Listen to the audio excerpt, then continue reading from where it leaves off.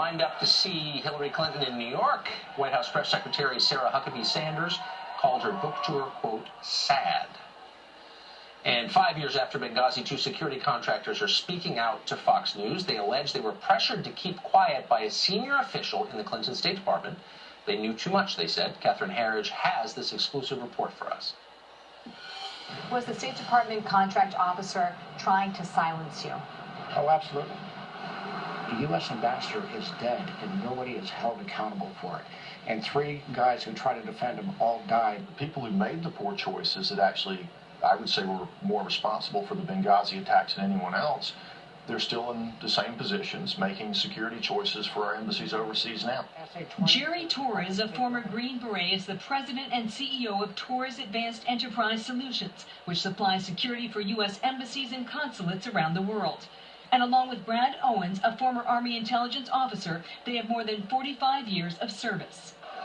Speaking exclusively to Fox, they have first-hand knowledge of the security nightmare on the ground in Benghazi, Libya, before the 2012 terrorist attack that killed Ambassador Chris Stevens, Foreign Service Officer Sean Smith, and former Navy SEALs Ty Woods and Glenn Doherty. 5 years after the attack, could it happen again? Oh, absolutely.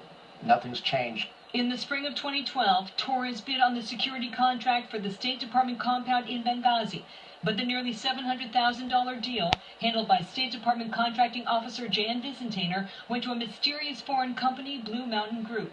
The guards were local hires through another company and not armed.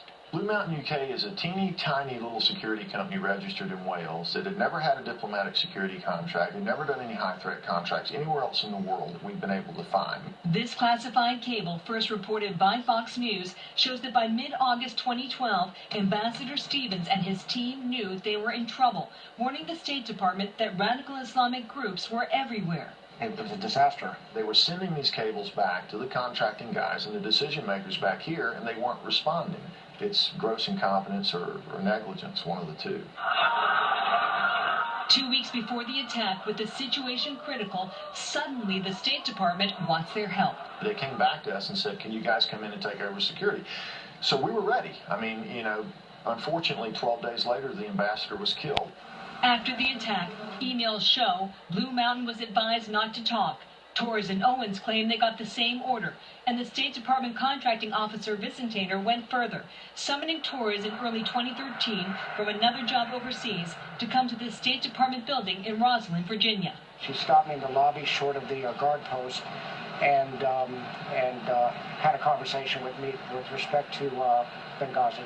What did the State Department contract officer say? She said that I and people from Torres should not speak to the media, should not speak to any officials with respect to the Benghazi program. When you chose to be silent, did you feel any guilt about it? Oh, absolutely. We had about 8,000 employees at the time. We just didn't need that level of damage because these guys, their livelihood relies on the company. The State Department declined our request to make Visentainer available, and the men allege repercussions have continued against their company. Since that conversation, we bid on 20 security force contracts for U.S. embassies and lost 18. Do you feel more comfortable coming forward now because there's been a change in administration? That was probably the key reason that I stepped forward. Given that the politics has been taken out of the Benghazi situation, now that there's no longer a candidate or anything related to it, we have an opportunity here to fix the problems that made it happen.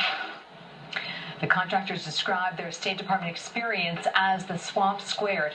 Separately, Fox News also sent a series of questions to Blue Mountain, the security team on the ground in Benghazi during the 2012 terrorist attack, and there was no immediate response, Tucker. I wonder why there was no response. When you look at the security mistakes that were made just leading up to the attack, Blue Mountain has never really been forthcoming about how they got that contract in the first place. Yeah. And now we have these contractors stepping forward saying they were asked to come in at the 11th hour, and then they were threatened to stay silent after the fact, and that's really astonishing. It's kind of shocking. There are parts of the story I don't really understand. Thank you, Catherine. You've been great You're stuff welcome. on this. A law professor